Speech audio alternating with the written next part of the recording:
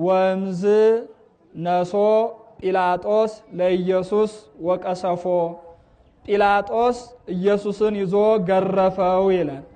እስኪ አንድ ጊዜ ተናገሩ፣ ይሰማችኋል? ጲላጦስ በሉ እስኪ ኢየሱስን ገረፈው። የዮሐንስ ወንጌል ምዕራፍ 19 ቁጥር 1 ላይ ተጽፎ የሚገኝ ኃይለ ቃል ነው። ይህ ኃይለ ቃል እንግዲህ ቅዱስ ዮሐንስ ወልዶ ነጎድጓድ መዝግቦልናል። ጲላጦስ ኢየሱስን ገረፈው አለ። መሪ ነው፣ ምድራዊ መሪ ሰማያዊው ንጉስ ገርፎታል። ለምን ገረፈው? እንዴት ገረፈው? ለማን ሲል ተገረፈ የሚለውን እናያለን። መነሻው ለመገረፍ ያበቃው፣ ለዚህ መከራ ያበቃው፣ ለዚህ ችግር የዳረገው የሰው ልጅ ስህተት ነው። እንደሚታወቀው የሰው ልጅ ብሪት በሆነች ለምለም በሆነች መዓዛ ቅዳሴ በማይለያት ልዩ በሆነችው ገነት ፈጥሮ አስቀምጦት ነበር። የሰው ልጅ ግን ከዛች ክብሩ አታድርግ የተባለውን ነገር በማድረግ ወርዷል ማለት ነው። የሰው ልጅ ወርዷል፣ ከክብሩ ተራቅቷል። በዚህ ምክንያት 5500 ዘመን ሲፈጸም ከልጅ ልጅ ተወልጄ አድናለሁ ብሎ እግዚአብሔር ተስፋ ገብቶለት ነበር ለሰው ልጅ። በዚህ መሰረት 5 ቀን ተኩል ማለት 5500 ዘመን ሲፈጸም ልዑል ባህሪውን ዝቅ አድርጎ እነሆ ከድንግል ማርያም ከስጋዋ ስጋ ከነፍሷ ነስቶ ተወልዷል። ጌታ ኢየሱስ ክርስቶስ 33 ዓመት ከ3 ወር በዚህ ዓለም ኖሯል። በተለይም 3 ዓመት ከ3 ወር ወንጌልን ዙሮ በማስተማር ድዊ በመፈወስ ለምጽ በማንጻት እውር በማብራት ሙት በማንሳት የጎደለውን በመሙላት በኪደተ እግሩ ምድርን በመባረክ በዚህች ዓለም ቆይቷል ማለት ነው። ይህን ሲያደርግ ከቆየ በኋላ ትምህርቱን ሁሉ ሲረዳለት ለመድኃኒተ ዓለም ጉዞውን ወደ ቀራንዮ ነው ያደረገው። በተለይም ከሰኞ ከእሁድ ከሆሳዕና ጀምሮ እስከ ዓርብ እስከ ዛሬው ዕለት ያለችው ጊዜ በጣም የተለየች ናት።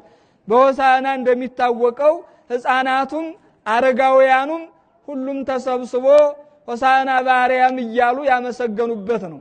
ያ ታሪክ ደግሞ በዕለተ ዓርብ የተቀየረበት ጊዜ ነው ማለት ነው። እንግዲህ ከሰኞ ጀምረው እስከ ረቡዕ ድረስ ምክር ሲያጸኑ ሰንብተዋል። በጸሎተ ሐሙስ ምስጢረ ቁርባንን አስተምሯል። ሐሙስ ከምሽቱ 3 ሰዓት ጀምሮ ተይዟል። በይሁዳ መሪነት ከማዕዱ አብሮ ተካፍሎ ስጋውን ተቀብሎ ደሙን ጠጥቶ እግሩን ታጥቦ ግን ስስተ ስጋ አድሮበት በፍቅረ ነዋይ ልቡ ቀልጦ ከአይሁድ ጭፍራ ጋር ሂዶ ተስማምቶ ጌታውን ሊሸጥ የአይሁድ ጭፍራን እየመራ ይዞ መጣ ይላል። እንዲህ ከመሆን እግዚአብሔር ይሰውረን። 3 ሰዓት ከተያዘ በኋላ ሌሊት መከራ አድሮበታል። አሁን ብዙ ጊዜ ዓርብን ስናስባት ሐሙስ ለዓርብ ያለችው ሌሊት እማይነጋ ሌሊት ነው የሚባለው። እማይነጋ ጨለማ፣ እማያልቅ ሌሊት እያዳፉ እያጋፉ ሐናና ቀያፋ ለስልጣናቸው ማዳበሪያ አድርገውታል። እንዴት ካላችሁ ሁለቱ ተጣልተው ይኖሩ ነበር። ክርስቶስ ግን ከተያዘ በኋላ አይ ቅድሚያ ከሐና ይሂድ፣ ቅድሚያ ከቀያፋ ይሂድ መከባበር ያደረጉት የክብር ባለቤት ኢየሱስ ክርስቶስን መከባበር ያድርገው ታደሩ። ታዲያ በዛ መካከል ጭፍሮቹ እያዳፉ እያጋፉ ድንጋይ ላይ እየጣሉ ደረቱ ላይ እየቆሙ ጀርባው ላይ እየቆሙ በዱላ እየደበደቡ አፈር ላይ እየጣሉ በእውነቱ ያደረበትን መከራ እንዴት አድርገን እንቆጥረዋለን? በዕለተ ዓርብ ሌሊት ገና ሳይነጋ ይሄ ሁሉ መከራ አድሮበት ጧት ሲነጋ ተማከሩ ይላል። ወጸቢሆ ተማከሩ ሊቃነ ካህናት። ሊቃነ ካህናት በአንድ ላይ ሆነው ኢየሱስ ክርስቶስን እንዴት እንደሚገሉት ነው ሲማከሩ የነበረው። እንዴት እንግደለው፣ እንዴት እናድርገው፣ እንዴት ቢሞት ይሻላል? ምክንያቱም ይሄ ሁሉ ህዝብ ከሚጎዳ ድንግርግር ተፈጥሮ አንድ ሰው ቢሞት ይሻላል ብለው ተስማሙ። የዓለምን ህይወት የነሱን ህይወት የሰጠ የኛ ህይወት ሲሆን ግን ህይወት ይሰቀል ብለው ፈረዱበት። አንተኮ የአይሁድ ንጉስ ነኝ ብለሃል፣ አንተኮ እግዚአብሔር ነኝ ብለሃል፣ አንተኮ የእግዚአብሔር አብ ልጅ ነኝ ብለሃል፣ አንተኮ ሰንበትን ሽራል፣ አንተኮ ቤተ መቅደሱን አፍርሱት ብለሃል። በሶስተኛው ቀን አሰረዋለሁ አነሳዋለሁ ብለሃል። በል እስኪ አሁን እናያለን፣ ይሄ የተናገርከው ሁሉ ያድንህ እንደሆነ አሁን እናያለን እያሉ ፈከሩበት። አቤት የአይሁድ ፍከራ! አቤት የአይሁድ ፍከራ! እውነት ነፍስ ከስጋ ይለያል እኮ። እንዲህ እያሉ ጧት ላይ መከራ ሲያደርሱበት፣ ሲተፉበት፣ ሲጥሉት መከራ ሲያደርሱበት አርፍደዋል። እንዲህ እያሉ 3 ሰዓት ደረሰ። 3 ሰዓት ሲደርስ በገመድ አስረው መከራ እያደረሱበት ወደ አይሁድ አስፈሪ ወደ ሆነው ወደ አይሁድ ሸንጎ አቀረቡት። የአይሁድ ሸንጎ ግልምጫቸው መከራ ነው። የአይሁድ ሸንጎ ሲገለምጥ ከፊታቸው መቆም አይቻልም። እውነት ለመናገር በዚህ ዓለም ያሉ ሸንጎች ሲገለምጡ የሚያስፈራ ከሆነ በወዳኛው ዓለም ያለው የዲያብሎስ ግልምጫማ እንዴት ያኖራል? የአይሁድ ግልምጫ፣ የአይሁድ ሸንጎ ግልምጫ በጣም አስፈሪ ነበረ። በዛ መካከል ኢየሱስ ክርስቶስን አቀረቡት ይላል። ከዛ እንደቀረበ የክስ አጀንዳዎች ናቸው የቀረቡት። የክስ አጀንዳዎች ተለይተዋል። በመጀመሪያ የክሱ አጀንዳ ዘእውሩን አይኑን አብርቷል፣ መጻጉን ፈውሷል፣ አልዓዛርን ከመቃብር አስነስቷል። እነዚህ ሁሉ በቅናት ያቃጠሏቸው ነበረ። ይህን ሁሉ ሰብስበው ኢየሱስ ክርስቶስን በተለይም በልባቸው ቅናት እንዲቀጣጠል ካደረጉ ምክንያቶች እነዚህ ናቸው ዋናዎቹ። ሰንበትን መሻሩ፣ ህዝብ መከተሉ። ስለዚህ ሰንበትን ሽሯል። የመጀመሪያው አጀንዳ ነው፣ የክስ አጀንዳ። ሁለተኛው አጀንዳ ራሱን የእግዚአብሔር ልጅ ነኝ ብሏል። ሶስተኛው አጀንዳ ለንጉሱ ለቄሳር ግብር እንዳንከፍል አድርጓል። ህዝቡን አሳምጿል። አያችሁ፣ ከመንፈሳዊ ወደ ማህበራዊ ሲቀይሩ፣ ወደ ፖለቲካዊ አጀንዳ ሲቀይሩት ማለት ነው። ስለዚህ ቄሳር ግብር እንዳይገባለት ምን አድርጓል? አሳምጿል ህዝቡን። ከዛስ ሰንበትን ሽሯል። እንደዚሁም ደግሞ እውርን አብርቷል፣ ለምጽ አንጽቷል ብለው በተለይ በዓላትን ሰንበትን ሽሯል። ሰንበት በእነሱ የተቀደሰ ስለሆነ ይሄን አድርገው አጀንዳ ቀረቡ። ይሄን ሁሉ ክስ ሲከሰስ እሱ አልተናገረም። ይሁዳ አሳልፎ የሰጠው በመሳም ነው። ተስማምቶ ስሙ የሰጠው እንዲይዙት የምስመው እሱ ነው ብሎ ነው። በተለይም ኦርቶዶክሳውያን በዚህ ዘመን ስመን አሳልፈን የሰጠናቸው ስንቶች ይሆኑ? ይሁዳ ስሙ ነው አሳልፎ የሰጠው። ምን ይላል ሊቁ ሲቀኝ? አንድ ሊቅ እንዲህ አለ ስለ ይሁዳ አሳሳም ሲናገር፣ ሲኢመ ከናፍር ትምህርተ ፍቅር ወረጊዘ ገቦ ትዕምርተ ሞት። ይሄ ጉንጭን መሳም የፍቅር ምልክት ነው። ጎንን መውጋት ደግሞ ምንድነው አለ? የሞት ምልክት ነው። ፍሉጡቱ ለስቅለት ከስርዓት፣ የስቅለት ስርዓት ግን የተለየ ነው። ለምን ካላችሁ የይሁዳ መሳሙ ለሞት፣ የለንጊኖስ መውጋቱ ለህይወት ሆኗልና። ለንጊኖስ ጎኑን ሲወጋው ህይወት ሆነ፣ ደሙ ፈሰሰ፣ ለንጊኖስ ዳነበት። ይሁዳ ግን ስሞ የተፈረደበት፣ በፍቅር አስመስሎ በጉሉት ስሞ ወደ ሲኦል የወረደ፣ በጉሉት የሳመ ስሞም አሳልፎ የሰጠ። ታዲያ ዛሬ እውነት ለመናገር በቋንቋ ለበጣ አሳልፈን የሰጠናቸው ስንት ሰዎች ሆኑ? ይሁዳ በመሳብ አሳልፎ ሰጠ፣ መጨረሻም ፍርድ ሆነበት። ለንጊኖስ ጎኑን ወጋ፣ መጨረሻው ህይወት ሆነለት። እውነት ለመናገር ድካማችን ለህይወት ያደርግልን። የይሁዳ ድካም ከንቱ ሆኖበታል። የይሁዳ ድካም ወደ ሲኦል የሚያወርድ ነው የሆነው። ወደ ሲኦል የሚያወርድ ድካም ምን ያደርጋል? የአይሁድ ሸንጎ በአንድ ላይ ተሰብስቦ ጲላጦስ ፊት በልንካ ስቀለው እያሉ ተንጫጩ። እሱም አይ እንደው በዚህ ሰው ላይ ምንም ነገር አላገኘውበትም፣ እስኪ ወደ ሄሮድስ ይሄዳልና ወደ ሄሮድስ ላከው ይላል። ሄሮድስ ደግሞ ወአስተአከዮ ይላል፣ ብዙ ደበደበው ይላል። ሄሮድስ እንደሄደ ግን ምንም ነገር አላገኘበትም። አይ ይመለስ ብሎ ወደ ጲላጦስ ላከው። ሁለቱም ተከባበሩበት። ገዥና ገዥ በክርስቶስ ተከባበሩበት። የዓለማት ገዥ ግን እየወደቀ እየተደፋ ደም እየነጠበ ደም እየፈሰሰው የዚህን ዓለም ወይም የሰው ልጅ መከራ ተቀበለ። ከዛ በኋላ ምን አደረገ ጲላጦስ? ምናልባት እንደሚታወቀው በበዓል አንዳንድ ሰው የፋሲካ ቀን ይፈታ ስለነበረ በርባን አብሮ ተይዞ ቀርቦ ስለነበረ እሱን በፈታላቸው እርሱን ገርፈው እኔ ገርፌው እነሱን ገርፈው ይምሩታል፣ በተለይም ገርፌ ከሰጠዋቸው ይምሩታል ብሎ ነበረ። ኢየሱስን ይዞ ገረፈው። በዕለተ ዓርብ የተገረፈው ሕይወት ነው። የተገረፈው ኢየሱስ ነው ስንል ኢየሱስ ሕይወት ነው፣ ኢየሱስ ፍቅር ነው። ስለዚህ ጲላጦስ የገረፈው ፍቅርን ነው። ጲላጦስ የገረፈው ሕይወትን ነው። ጲላጦስ የገረፈው ትዕግስትን ነው። ጲላጦስ የገረፈው ትህትናን ነው። ጲላጦስ የገረፈው የዘላለም ሕይወት የዘላለምን ክብር ነው። ታዲያ የሚገርመው መግረፉ ብቻ አይደለም፣ ገርፎ ለገራፊ መስጠቱ ነው። ገርፎ ለገራፊ ሰጠው። ጲላጦስ መግረፉ ብቻ ይበቃው ነበረ። ለጨካኞች ለገራፊዎች አሳልፎ ሰጠው። እነዛ ጨካኞች ደግሞ ወጸፈሩ አክሊለ ዘሶክ፣ እነሆ በራሱ ላይ የእሾህ አክሊል ጎነጎኑበት። የእሾህ አክሊሎቹ ደግሞ ወደ 72 የሚደርሱ እያንዳንዳቸውን በመዶሻ መተዋቸዋል ይላል።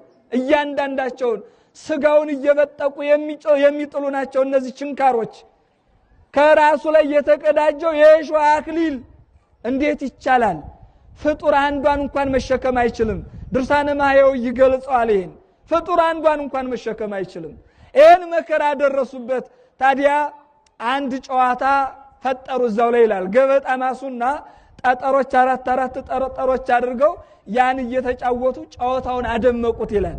ሲገርፉ ደግሞ ጅራፉ የተለየ ነው። የሮማውያን ጅራፍ ጫፍ ጫፉ ላይ ድቡልቡል ኳስ ያለበት፣ እዛ ላይ የተሳለ ብረት ያለበት የደቀቁ አጥንቶች ያሉበት ነው። ያን እየተንጠራራ አንድ ወታደር ይሄድና 39 ጊዜ ይገርፈዋል።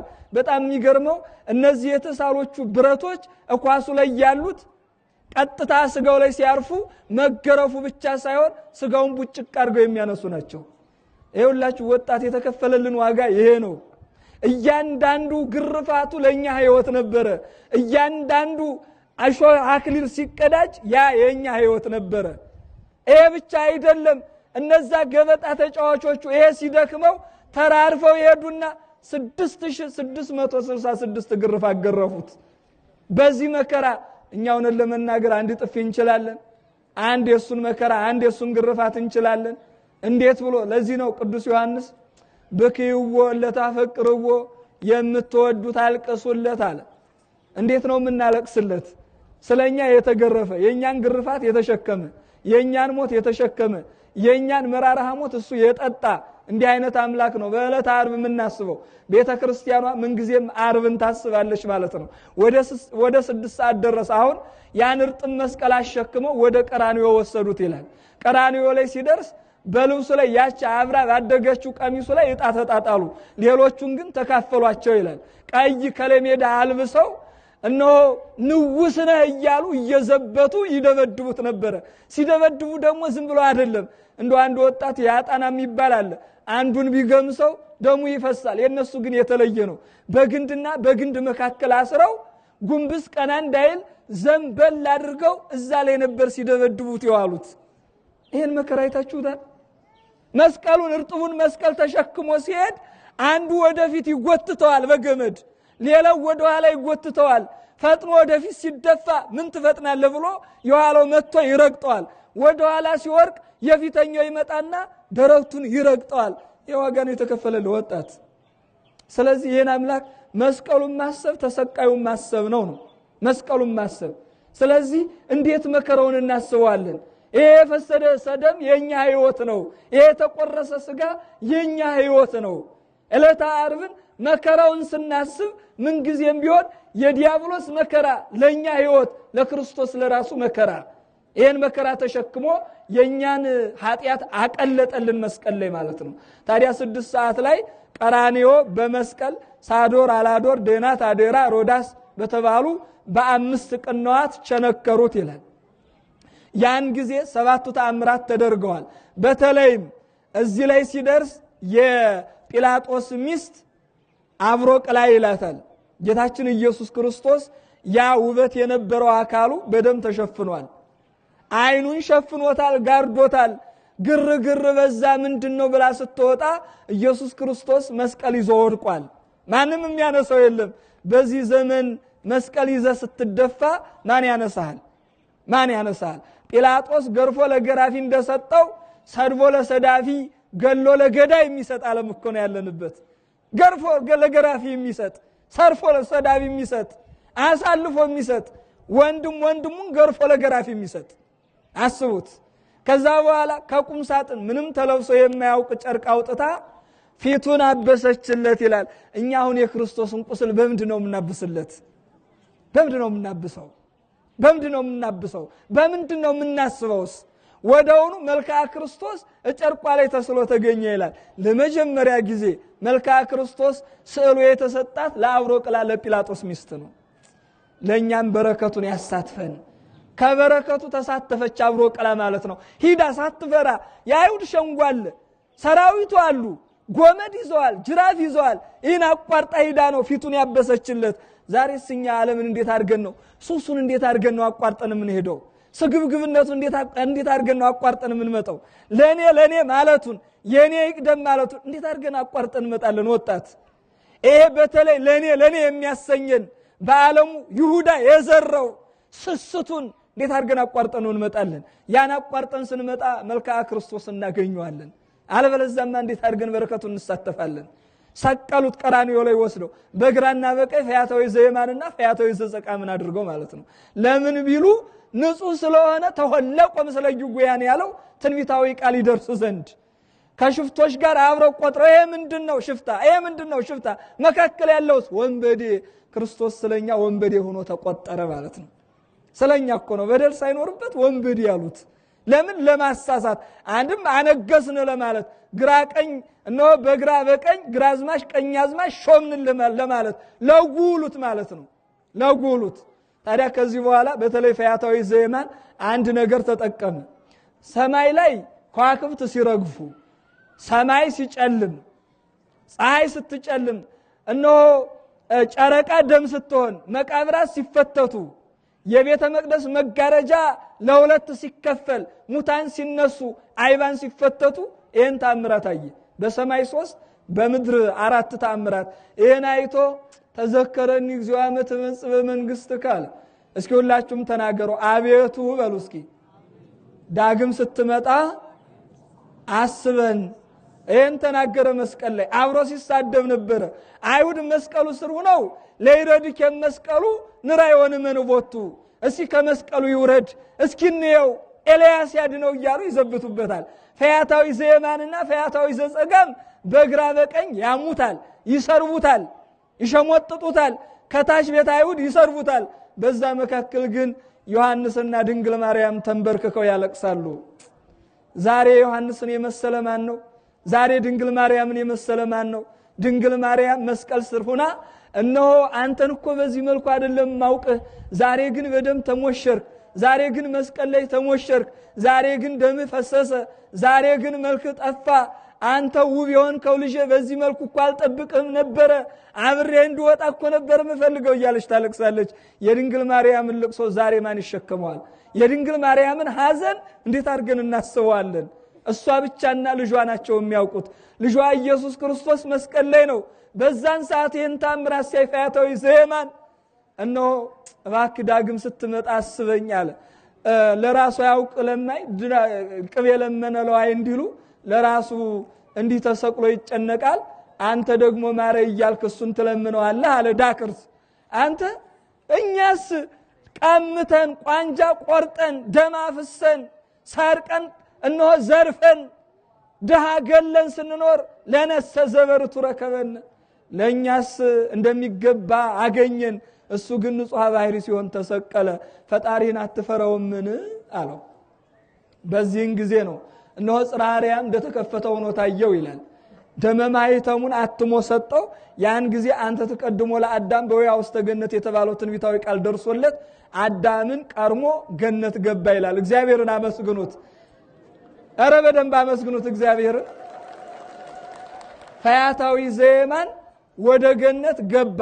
እሱ ከገባ በኋላ አዳም እስከ ልጆቹ ተንሥኡ ለጸሎትን በሲኦል ሆኖ ደርሶ ስብሐት ለእግዚአብሔር ዘወሀበነ መንግሥቶ ሰማያዊተ እያለ ከነ ልጆቹ ወደ ገነት ገባ ማለት ነው።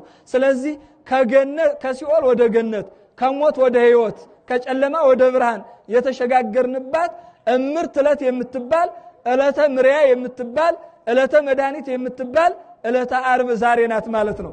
የሰው ልጅ የዳነባት ምናልባት እሁድን ስቅለት ብለን መጋቢት 27ን አክብረን ዛሬም ስቅለት ስንል ሁለት ጊዜ ተሰቀለ ማለት አይደለም። ያንኛው ጥንተ ስቅለቱ ነው።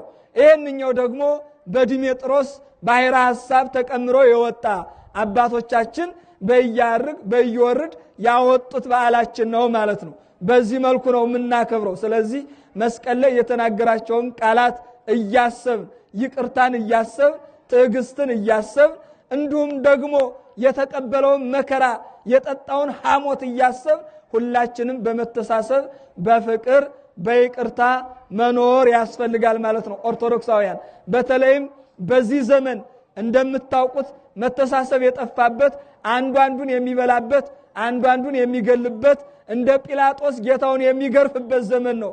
እኛም በጅራፍ አይደለም ምንገርፈው፣ በኃጢአት ነው እየገረፍ ነው ያለ፣ በበደል ነው እየገረፍ ነው ያለ፣ ባለመተማመን ነው እየገረፍ ነው ያለ። ስለዚህ ይሄን ወደ ራሳችን ማምጣት ያስፈልጋል። ንህነሰን ሰብክ ክርስቶስ ዘተሰቅለ፣ እኛ የተሰቀለውን ክርስቶስ እንሰብካለን። ለአረሚኒ ይመስሎሙ ዘነአብድ፣ ለአረማውያን የምናብድ ይመስላቸዋል። ወለአይሁድን ይመስሎሙ ዘንጌጊ፣ ለአይሁድም የምንበድል ይመስላቸዋል ብሎ ታላቁ ሐዋርያ ቅዱስ ጳውሎስ እንደተናገረው የራሱንም ሕይወት ሲናገር ወተሰቀልኩ ምስለ ክርስቶስ፣ እኔ እስከ ክርስቶስ ጋር ተሰቅያለሁ አለ። ክርስቶስ ሲሰቀል ቅዱስ ጳውሎስ ችንካር ያቀብል ነበረ፣ መዶሻ ያመቻች ነበረ፣ ቀሚሱን ይገፍ ነበረ። ግን ሲገባው ክርስትናው ሲገባው የክርስቶስ መከራ ሲገባው ፍጡር ዕድሜ ልኩን ቢቀበል መከራ ክርስቶስ የተቀበለውን መከራ አንዷን እንኳን መቀበል አይችልም አለ። ከክርስቶስ ጋር ተቸንክሬያለሁ አለ። ከክርስቶስ ጋር መቸንከር ማለት ተሳስቦ መኖር፣ ከቤተ ክርስቲያን ታዛ አለመለየት፣ በንስሐ ራስን ማንጻት፣ ከበደል መለየት፣ ከዘር ከዚህ ተለያይቶ እርስ በራስ ከመበላላት በጥቅም ከመገፋፋት መውጣት ያስፈልጋል። ኦርቶዶክሳውያን እንደዛ ሲሆን ነው ከክርስቶስ ጋር ተሰቅያለሁ ማለት የምንችለው። ሲሰርቡት ያልተሳደበ፣ ሲገሉት ልግደላቸው ያላለ፣ አባቶ የሚያደርጉትን አያውቁትምና ይቅር በላቸው ያለ፣ ለይቅርታ እስኪ ልባችን እናዘጋጀው። አሁን እኮ ቂም በቀል ያለው ይቅር በል ሲባል የእናቴን አጥንት ያስቆርጥመኝ ብሎ የሚምል። ታዲያ እንዴት ነው ዓርብን የምናስበው? ዓርብን ስናስብ ይቅርታን በልብ ማሰብ ያስፈልጋል። እዚህ መካከል የዓመት ክርስቲያንም አይጠፋም። ዛሬ ስቅለት ነው ደረስ ብዬ ልምጣ የሚል መስገጃ ይዞ የሚመጣ በዓመት አንድ ጊዜ ብቻ ደርሶ የሚሄድ የዓመት ክርስቲያንም አለ። ክርስትና የዓመት አይደለም። ቤተልሔም ጀምሮ ቀራንዮ የሚደመደም ማይቋረጥ እንጂ በዓመት አንድ ጊዜ መጥቶ እንደው በቃ እስኪ ትንሽ ብሎ እንደው እያለከለኩ የሆነ ነገር ብሎ መሄድ አይደለም ክርስትና። ስለዚህ ሁልጊዜም ቀራንዮን ማሰብ ያስፈልጋል። ወጣቶች ሁልጊዜም መከራውን ማሰብ፣ ተሰቅሎ ተህሊና ያስፈልገናል ማለት ነው። የህሊና መሰቀል የማያልቅ ስቅለተ ህሊና ዘይያልቅ ለክርስትናው ይሄ ነው የሚያጣፍጠው። የክርስቶስ መከራ ክርስትናውን አጣፍጦታል። የክርስቶስ መከራ የአዳምን ልጅ አጠቃላይ በእኛ ሲዘንም የነበረውን ያን መከራ ያራቀልን ነው ማለት ነው። ዲያብሎስ እንኳን መስቀል ላይ ሆኖ ክርስቶስ ተሰቅሎ ሳለ ቀባጥሯል። ዝንቱ ውእቱ ኢየሱስ ክርስቶስ ዘተሰቅለ፣ በይሁዳ ድሬ ያሰቀልኩት ኢየሱስ ክርስቶስ ነው ብሎ ሕይወትነትን የመሰከረለት ዲያብሎስ እንኳን ሳይቀር መስክሯል።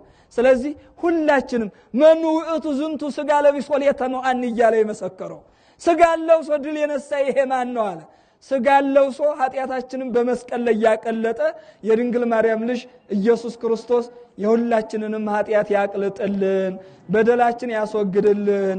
መከራው ሕይወታችን ነውና ከዚህ ሳንለይ ሁልጊዜም መስቀሉን በመትከፈ ልቡናችን ተሸክመን እስከ ቀራንዮ ድረስ ደርሰን የመንግስቱ ወራሾች የስሙ ቀዳሾች እንድንሆን አምላከ ቅዱሳን በቸርነቱ ይርዳን። ያስተማረን የመከረን የገሰጸን የአባቶቻችን አምላክ ስሙ የተመሰገነ ይሁን። ይቆየን።